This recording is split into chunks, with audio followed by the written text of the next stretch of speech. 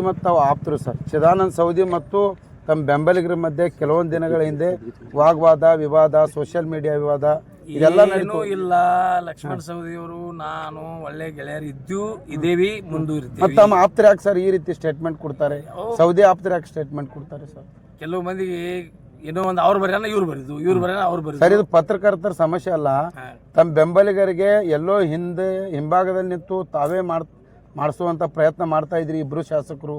ಏನೋ ವೈಮನಸ್ಸು ಬಂದಿದೆ ಈ ರೀತಿ. ವೈಮನಸ್ಸಿಲ್ಲ, ಏನಿಲ್ಲ. ಏನು ಹೇಳಿದ್ವಿ ನಾವು ರೋಡ್ ಬ್ಯಾಂಕ್ ಅಂತ ಏನು ಬರೆದಾಡಿದೀವಿ, ಒಬ್ಬರಿಗೊಬ್ರು ಬೇದಾಡಿದೀವಿ. ನಾನು DCC ಬ್ಯಾಂಕ್ ಇಲೆಕ್ಷನ್ ಆದ ನಂತರ ನನ್ನ ವರ್ಗದಲ್ಲಿ ನಾನು ಹತ್ತಿದ್ದೀನಿ. ಅದೆಲ್ಲ ನಿಜ ಸರ್. ಪ್ರೆಸ್ ಮೀಟ್ ಕರೆದು ಇವೆಲ್ಲ ವಿವಾದಕ್ಕೆ ತೆರೆ ಎಳೆಯಲಾಗುತ್ತೆ ಅಂದ್ರೆ ನಾನು ಮತ್ತೆ ಈಗ ಹೇಳೋದಲ್ಲ, ತಮ್ಮ ಗಮನಕ್ಕೆ ಇಲ್ವಾ? ಈಗ ಹೇಳೋದು ಇದೇ ಪ್ರೆಸ್ ಮೀಟ್ ಮತ್ತೆ ಇಲ್ಲಿ ಕರೆದಿದ್ರೆ ತಮ್ಮ ಆಪ್ತರು ಸರ್ ಎಲ್ಲಿ ಕರೆದು ಸ್ಪಷ್ಟನೆ ಕೊಡಬೇಕು.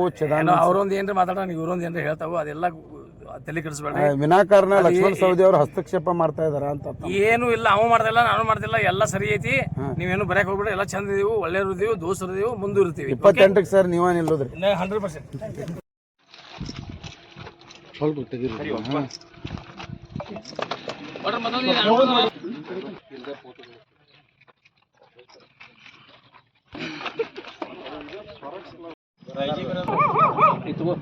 ಅವ್ರ ವಿಶೇಷ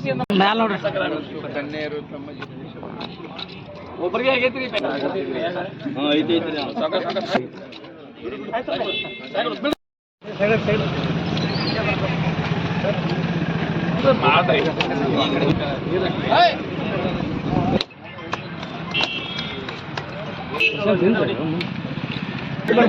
ಮೇಲೆ ಇಡ್ರಿ ಹಂಗೆ ಬರ್ರಿ, ಗಣಸ ಮಗಳ